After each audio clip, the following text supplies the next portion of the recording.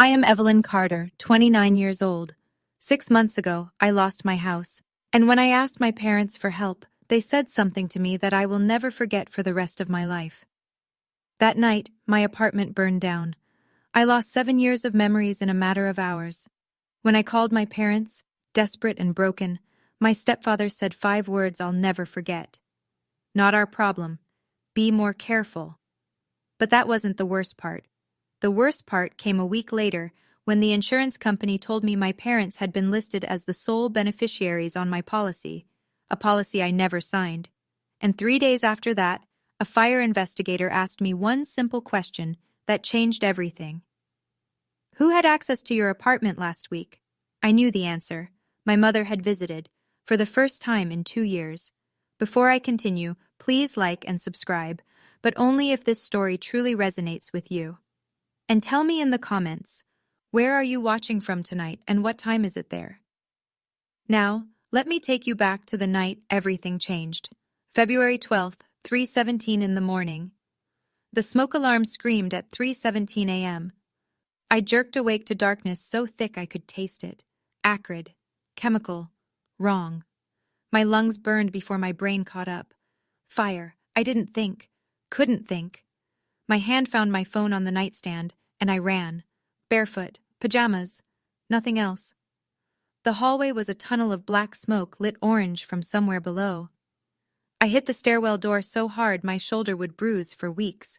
4 flights down, each step a prayer, each breath a knife. When I burst onto the sidewalk, the February air hit me like a slap. I stood there shivering in my thin cotton pajamas, watching flames lick out of my 4th-floor window. Unit 4B, my home. A firefighter approached me, his face grim beneath his helmet. "Ma'am, are you the resident?" I nodded. Couldn't speak. "I'm sorry." He didn't look away. "Everything in that unit is gone." Gone. The word didn't make sense. 7 years of my life were in that apartment. Photos of my grandparents, the only ones I had. The guitar my late stepfather had given me when I was 16. My college diploma. My laptop with every project, every memory, every piece of who I'd become since leaving home. All of it. Smoke and ash. I sank onto the curb, still clutching my phone. The screen showed 3:47 a.m. Around me, neighbors gathered in robes and slippers murmuring. Someone draped a blanket over my shoulders. I don't remember who. My hands shook as I pulled up my contacts. Mom, Dad. They would know what to do. They would come. I pressed call. The phone rang. And rang. And rang. 8 rings before she picked up. "Evelyn?" My mother's voice was thick with sleep. And something else. Annoyance. "Do you know what time it is?" "Mom." My voice cracked. "There was a fire. My apartment. Mom, I lost everything. I don't have anywhere to go. I don't." "Oh." A pause. Long. Empty. "That's unfortunate." Unfortunate. Like I'd spilled coffee on my shirt. I heard rustling, then my stepfather Richard's voice in the background. Patricia handed him the phone. "Evelyn, what's going on?" I told him again. The fire, the smoke, standing on the sidewalk with nothing but my phone and the clothes on my back. I was crying now, I realized. Couldn't stop. His response came flat, final. "This isn't our problem, Evelyn. You should have been more careful. You're an adult now." The line went dead. I sat there for a long time, phone still pressed to my ear, listening to silence. The firefighters kept working. Neighbors drifted back inside. The sun started to rise, painting the smoke a sickly orange. My parents hadn't asked if I was hurt, hadn't offered to come, hadn't said they loved me. Not our problem. As the shock slowly hardened into something else, a memory surfaced. My mother, standing in my apartment 5 days ago. Her first visit in 2 years. She'd shown up unannounced, said she missed me, walked through every room, touching things, asking questions. At the time, I'd been happy, grateful even. Now, sitting on that curb wrapped in a stranger's blanket, I wondered, why had she really come? I pushed the thought away. It was crazy, paranoid, but the question wouldn't leave me alone. Jason Park saved me that first week. My coworker had a spare room and a kind heart. He didn't ask questions when I showed up at his door at 6 a.m. with ash in my hair and nothing but my phone, just handed me a cup of coffee and said, "Stay as long as you need." 3 days later, I finally felt human enough to deal with the insurance.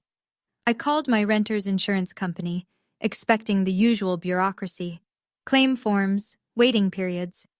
But the customer service rep, Greg according to his flat Midwestern voice, asked a question that made me pause. "Ms. Carter, can you confirm your relationship with Richard and Patricia Carter?"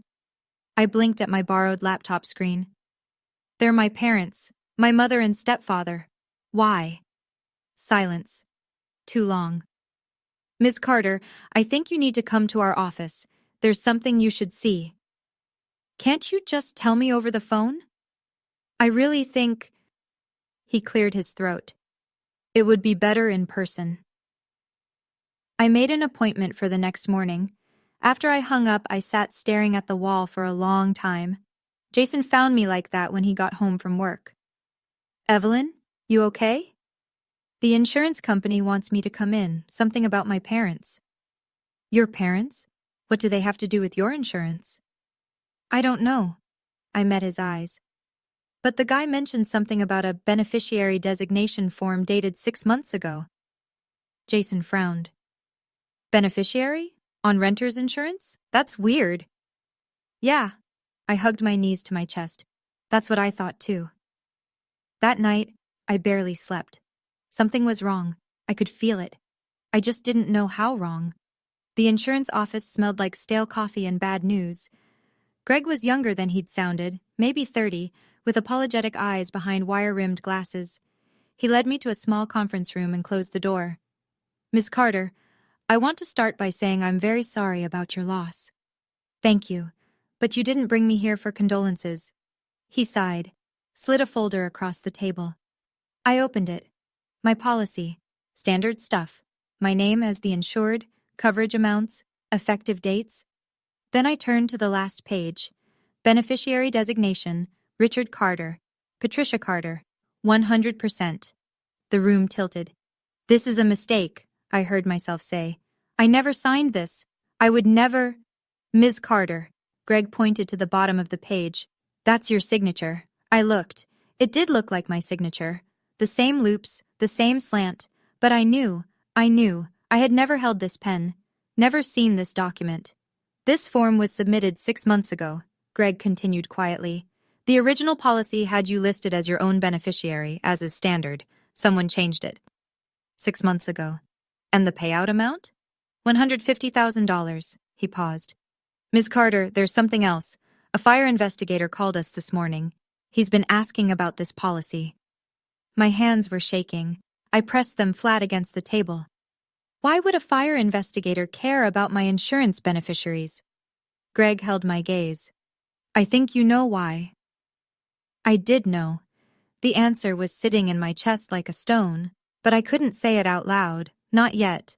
Someone had forged my signature, changed my beneficiaries, and 5 days before my apartment burned down, my mother had visited for the first time in 2 years. Coincidence. I didn't believe in those anymore. Marcus Webb looked exactly like what a fire investigator should look like: weathered face, sharp eyes, and a handshake that meant business. We met at a coffee shop 3 blocks from the insurance office, neutral ground. "Miss Carter," he set down his cup, "I'll be direct with you. I don't think your fire was an accident." The words hung between us. "What makes you say that?" "Fire patterns." He pulled out his phone, showed me photos I didn't want to see. My bedroom, charred black. "See this? The point of origin is here, near the outlet behind your dresser, but there's no evidence of electrical failure, no frayed wires, no surge damage." "What does that mean?" "It means someone helped that fire along." He put his phone away. "I've been doing this for 22 years. I know what accidental looks like. This isn't it."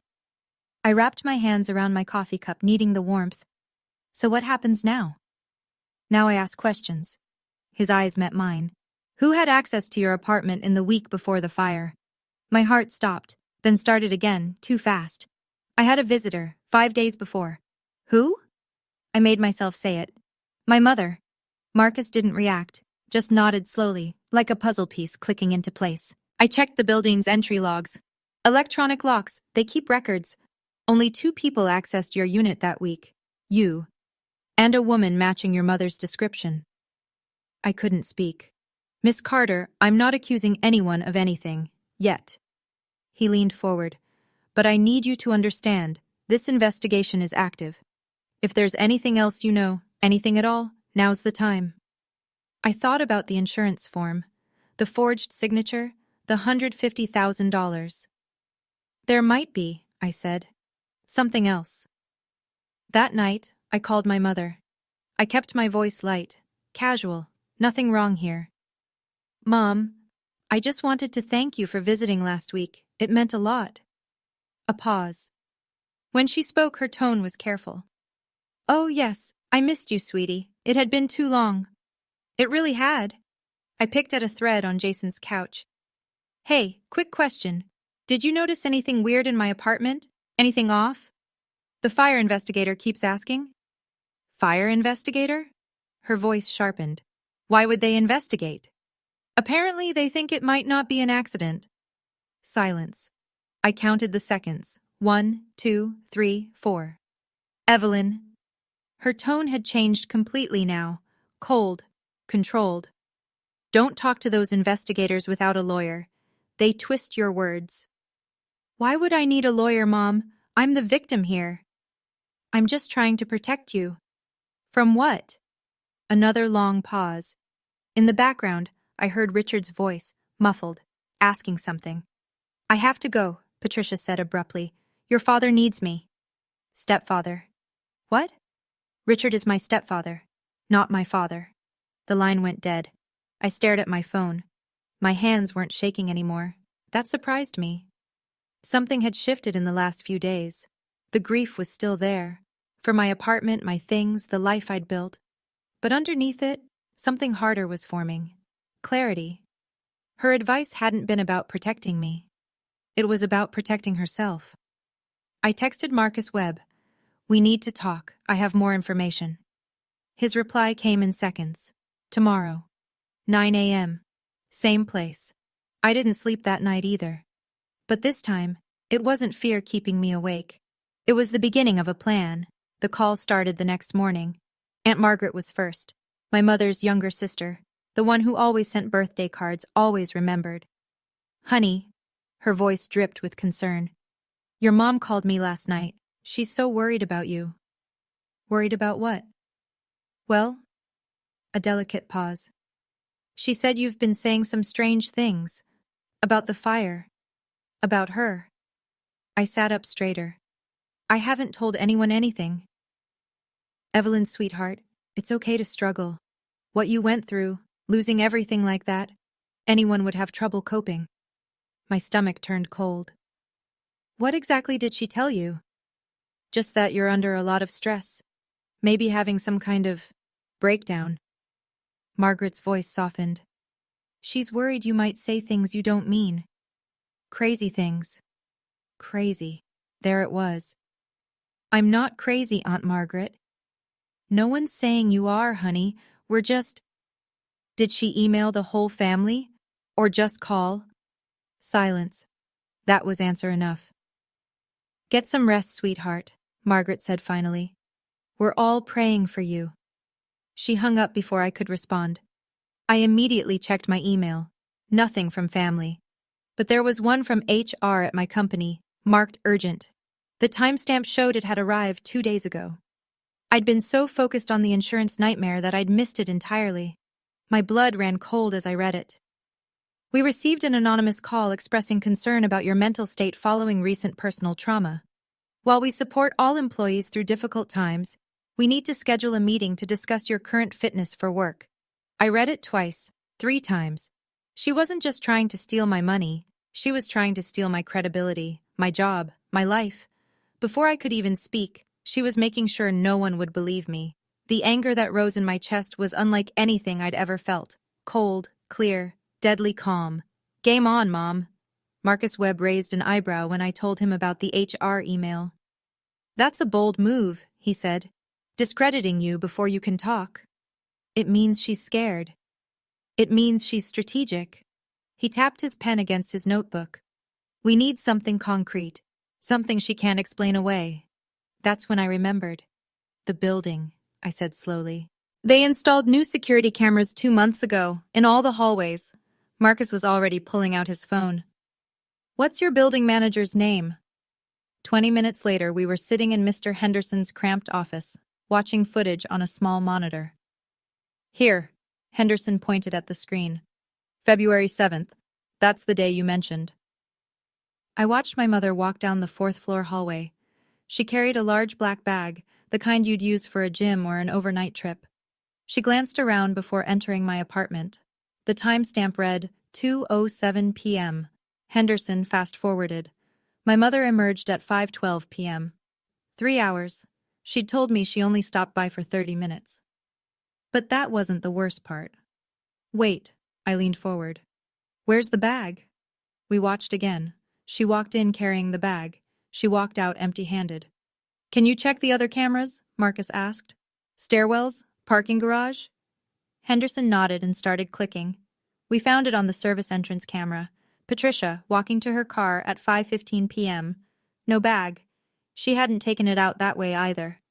She left it in my apartment, I said quietly. Marcus made a note. That bag is key. Fire investigators found something suspicious near the outlet, still being analyzed at the lab, but if we can prove what she brought in. The 3-hour visit, the missing bag, the suspicious fire origin. Finally, we had a direction. Diana Reeves was exactly what I needed. A lawyer who specialized in insurance fraud and didn't believe in sugarcoating. This signature is good. She held the beneficiary form up to the light in her downtown office. Professional even, but not perfect. What do you mean? She pulled out a magnifying glass. Old school, but effective.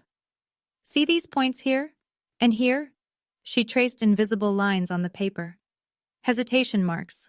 When someone forges a signature, they naturally slow down at certain points, trying to get it right. Your real signature is fluid. You've been signing your name for years. This one has at least 3 places where the pen paused. Hope flickered in my chest. So you can prove it's fake? I can hire a forensic document examiner who can prove it's fake. Diana set the paper down. What's more interesting is the submission method. This form wasn't mailed in. It was submitted directly at the insurance office. Meaning someone walked in pretending to be me. Or claiming to represent you. Diana pulled out another document. I've already requested the visitor logs for that date, and I spoke with the clerk who processed this form. My heart rate spiked. What did they say? He remembers a woman, middle-aged, brown hair, said she was handling paperwork for her daughter who was too busy with work. Diana's smile was sharp. Does that description ring any bells? Brown hair. My mother had been dyeing her gray for years. Can he identify her in a lineup? He's willing to try. Diana gathered the papers. Between the security footage, the signature analysis, and a potential eyewitness, your mother may have outsmarted herself. I let out a breath I hadn't known I was holding. What do we do now? Now? We wait for her to make another move. We didn't have to wait long. The invitation came 3 days later. My mother's voice on the phone was honey-sweet, a tone I recognized from childhood, the one she used when she wanted something.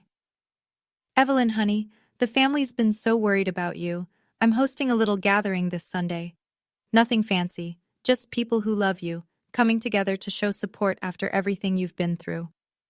I almost laughed. Almost. A gathering? At our house, around 2 o'clock. Uncle Thomas, Aunt Margaret, the cousins. Everyone wants to see you. Make sure you're okay.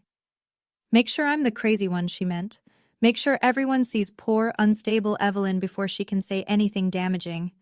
I'll be there, I said. Really? She couldn't quite hide her surprise. That's wonderful, sweetheart. It'll be so good for you to be around family. I hung up and immediately called Marcus. Don't confront her, he warned. We need more time. The warrant's being processed, but these things take days.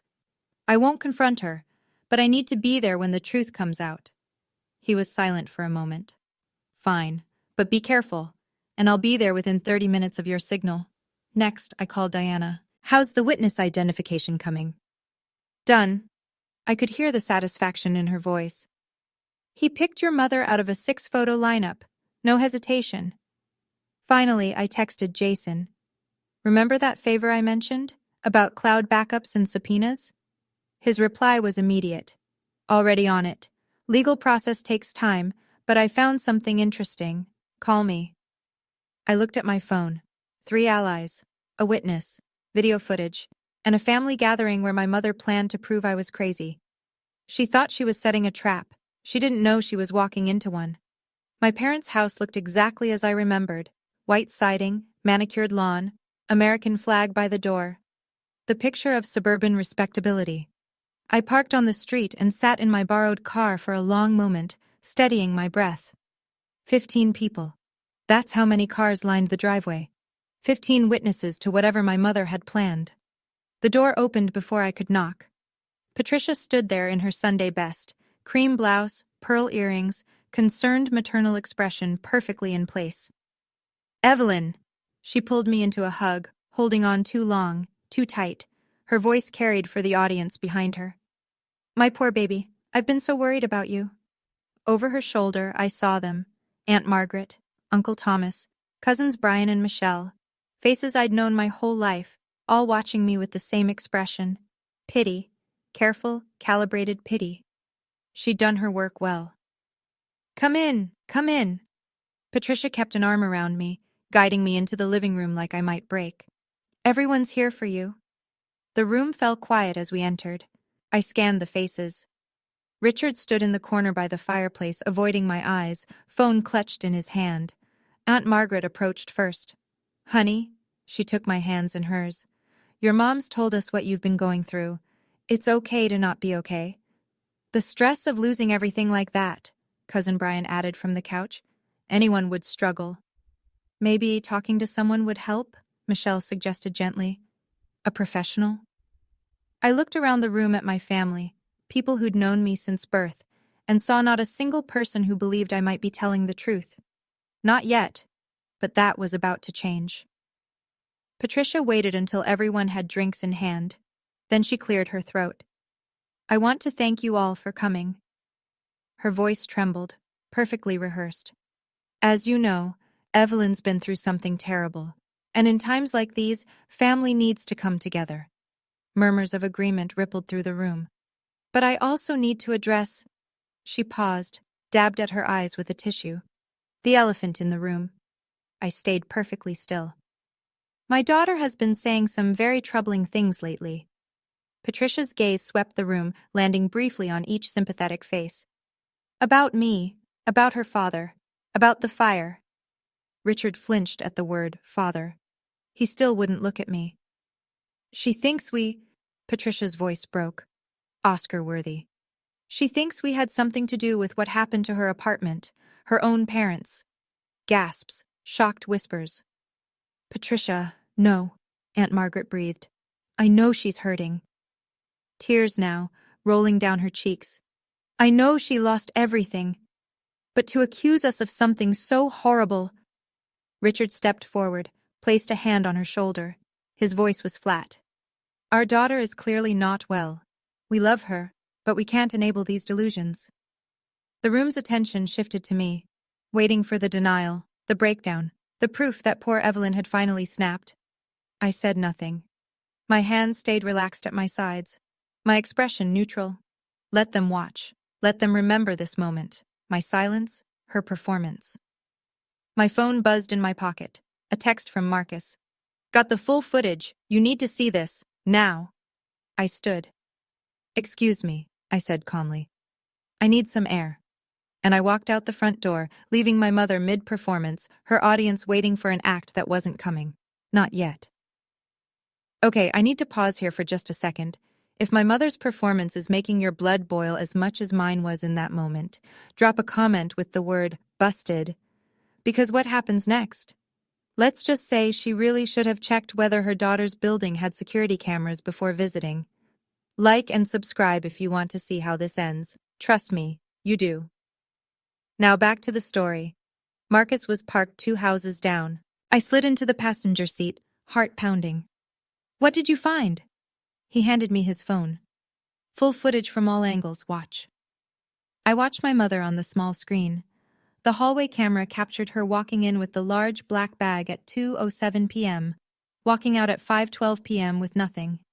3 hours, Marcus said. She told you 30 minutes. The bag? That's where it gets interesting. He pulled out a photo, charred plastic and wire fragments. Fire investigators found this near the outlet. Digital timer, the kind you plug appliances into. My stomach dropped. We traced the serial number to a batch sold at Henderson's Hardware, 3 miles from your parents' house. Another photo appeared on his screen, grainy security footage from a store checkout counter. 8 days before your fire, cash purchase.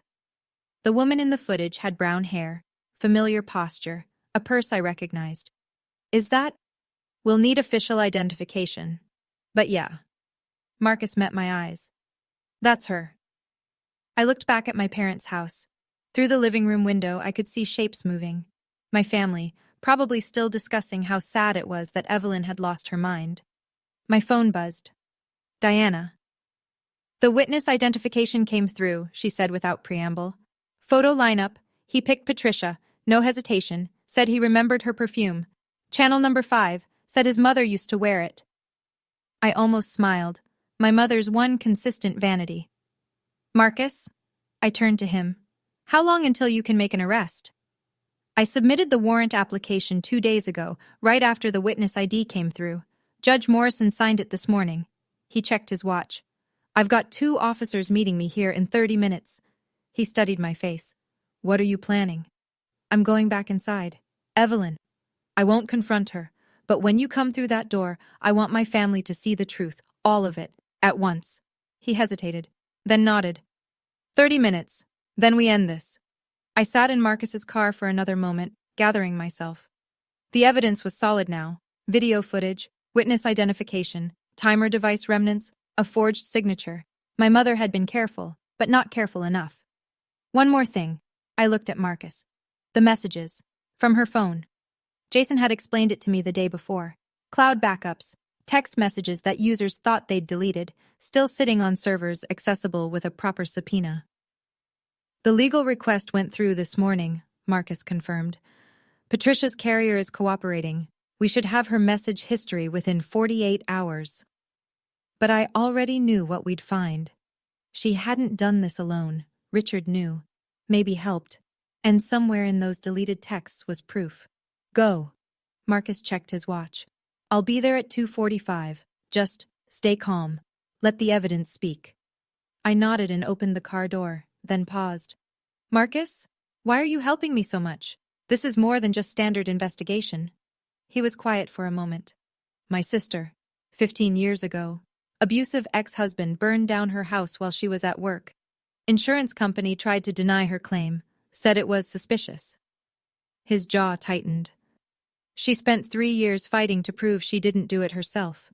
Nearly destroyed her. Did she win? Eventually, but it cost her everything. He met my eyes. When I saw your case, mother listed as beneficiary without consent, fire with no accidental cause, I knew. Someone was trying to do to you what they tried to do to her. I understood then. This wasn't just a job for him. Thank you, I said. Don't thank me yet. Thank me when she's in cuffs. I walked back toward my parents' house. 25 minutes. Then everything would change. The living room went silent when I walked back in. Patricia was still at the center of the room, tissue in hand, playing the wounded mother. But something flickered in her eyes when she saw my face. I wasn't crying, wasn't shaking, wasn't behaving like someone on the verge of a breakdown. Evelyn, honey, she recovered quickly. Are you feeling better? Do you need water? Actually, Mom, I have a question. The room tensed. 15 pairs of eyes fixed on me. When you visited my apartment last month, I kept my voice calm, conversational. Why did you stay for 3 hours? You told me it was 30 minutes. Patricia blinked. What?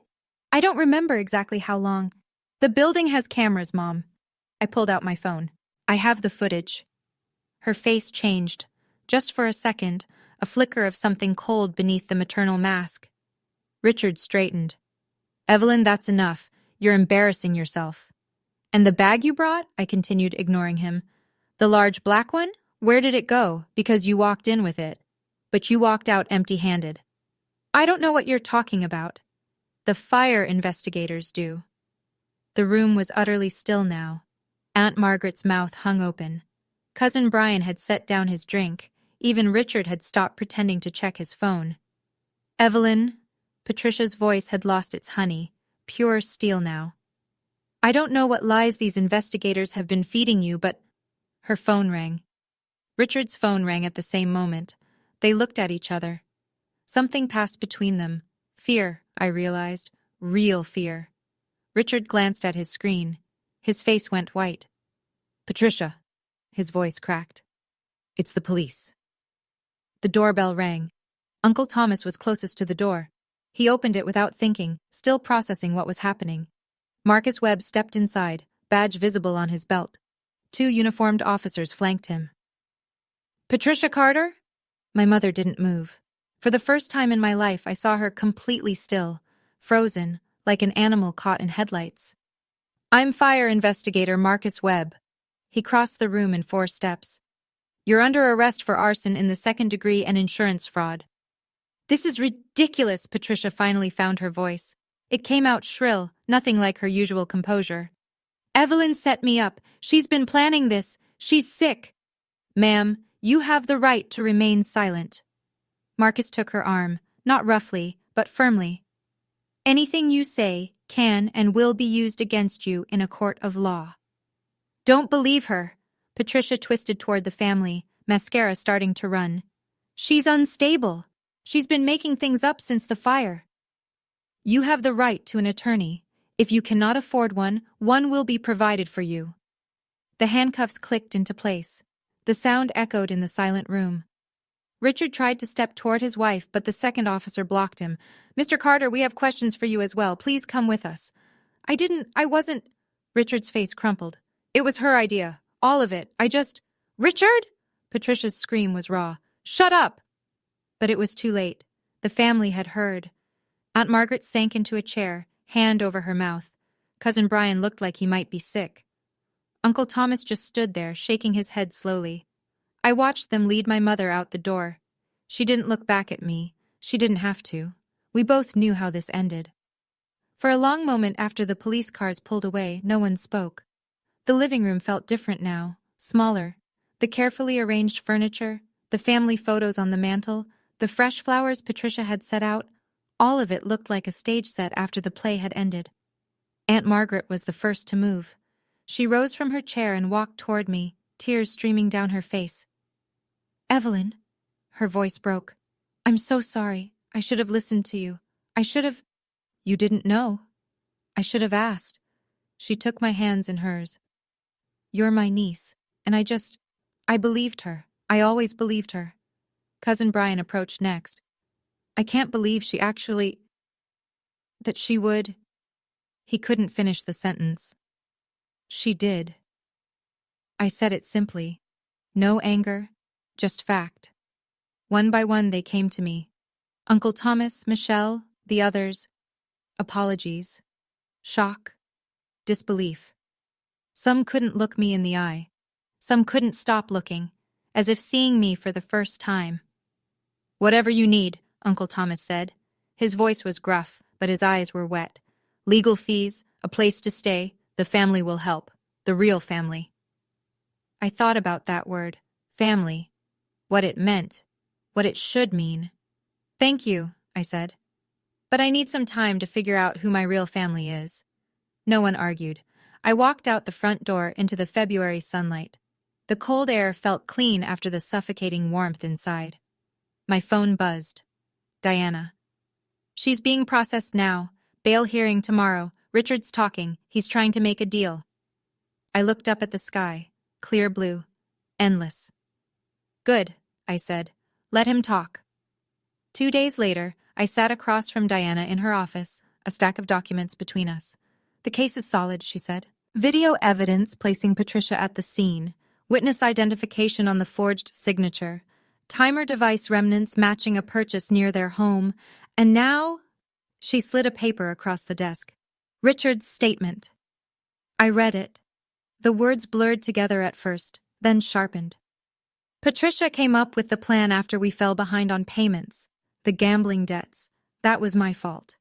But she said this would fix everything, said Evelyn had good insurance, said no one would get hurt. No one would get hurt. I set the paper down.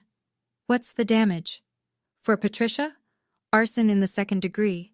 That's a Class B felony.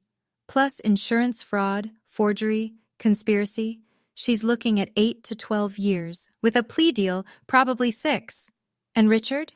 Conspiracy charges. He knew about the plan, helped cover it up. 2 years probation, mandatory gambling addiction treatment. Diana paused. He's agreed to testify against her. I nodded slowly. The insurance payout? Already being redirected.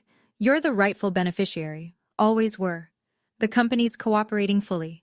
$150,000 minus legal fees should be in your account within 60 days. I thought about that money, what it represented. Everything I'd lost, converted to a number. I want a restraining order, I said, against both of them. That can be arranged. And I want this kept quiet, no media circus. Diana nodded. The court can seal certain records, especially given the family nature of the case. I stood and looked out her window at the city below. People walking, living their lives, unaware. Thank you, Diana. You did the hard part, she said. I just handled the paperwork. Quick check-in, everyone. If you've ever had to cut ties with family members for your own sanity, type, I had to, in the comments. Because I know I'm not alone in this. And if this story is hitting different for you tonight, share it with someone who needs to hear that setting boundaries isn't betrayal. It's survival. Okay, let me tell you what happened after. News travels fast in small communities. Within 2 weeks, everyone knew. The church my mother had attended for 30 years, the book club she'd hosted, the neighbors who'd admired her garden, all of them, whispering behind closed doors. Aunt Margaret kept me updated whether I wanted to hear it or not. The pastor asked her not to come back, she told me over coffee, said it was too disruptive for the congregation. Can you imagine? Patricia, who organized the Christmas bazaar for a decade. I could imagine. I could imagine it very well. Richard lost his job, she continued. The store owner didn't want the publicity, and someone spray-painted their garage door, had to repaint it twice. I didn't feel satisfaction. I didn't feel pity either, just a hollow kind of nothing. She's been calling everyone, Margaret said, trying to explain, saying it was a misunderstanding, that the evidence was planted, that you manipulated the investigators. She shook her head. Nobody's answering anymore. Good. Margaret reached across the table and took my hand. She's my sister. I grew up with her. And what she did to you, her voice caught. That's not family. That's not anything I recognize. I squeezed her hand. It's not your fault. I know, but I still feel it. We sat in silence for a moment. Outside the coffee shop window, life went on. Cars passed, people laughed, the world kept spinning. The gambling, I finally said. How bad was it? Richard's gambling? Margaret's face darkened. Bad. 180,000, maybe more, to people you don't want to owe money to. That explained the desperation, not that it excused anything. She thought she could fix it by burning my life down. She thought wrong. Yes, she did. The court date came on a gray Thursday in April. I sat in the back row of the courtroom, watching my mother in her orange jumpsuit, her wrists cuffed in front of her. Her hair had grown out, gray showing at the roots now, no salon appointments in county jail. She looked smaller than I remembered, older. She didn't turn around to see if I was there. Maybe she knew. Maybe she didn't want to know. The judge read the charges: arson in the second degree, insurance fraud, forgery, conspiracy to commit fraud. Each word landed like a stone. Patricia's lawyer, public defender, since Richard couldn't afford anyone else, had negotiated a plea deal. Guilty on all counts, in exchange for a reduced sentence recommendation. Patricia Carter, the judge said, You are hereby sentenced to 6 years in state prison with eligibility for parole after 4 years. 6 years. My mother would be 62 when she got out, if she got out early. I watched her shoulders shake, crying maybe, or just the weight of it finally hitting her. Richard's hearing was separate. Because he'd cooperated fully and testified against Patricia, the DA offered a deal. 18 months in county jail, suspended to 2 years probation, contingent on 200 hours of community service and completion of a gambling addiction program. The judge made it crystal clear. 1 violation, and he'd serve every day of that 18 months. His name on a public record, forever. After the sentencing, Diana met me in the hallway. The insurance money cleared yesterday, she said. $142,000 after legal fees. It's in your account. I nodded. The number felt abstract, meaningless. The restraining order was approved, she continued. Neither of them can contact you, directly or through third parties, for the next 10 years. Thank you. She studied my face. How do you feel? I thought about it, really thought. Empty, I said finally. But free. She nodded like that made sense. It did. I started therapy 3 weeks after the trial. Dr. Okonkwo had kind eyes and a habit of asking questions I didn't want to answer, which meant she was exactly what I needed. Do you forgive them? She asked during our 4th session. I stared at the ceiling of her office, considering. Forgiveness isn't my job right now, I said finally. Healing is. She smiled. That's a healthy perspective. Is it? You're not forcing yourself into an emotion you don't feel. That's growth. Growth. Such a small word for such a massive shift. I moved into a new apartment at the end of April, smaller than my old one, a studio in a quieter neighborhood, but it had good locks, a security system I chose myself, and no memories. Jason helped me move in. Aunt Margaret sent flowers. Uncle Thomas dropped off a casserole, stood awkwardly in my tiny kitchen and said, "Call if you need anything." I bought a new guitar. Not the same brand as the one my late stepfather, my first stepfather, had given me.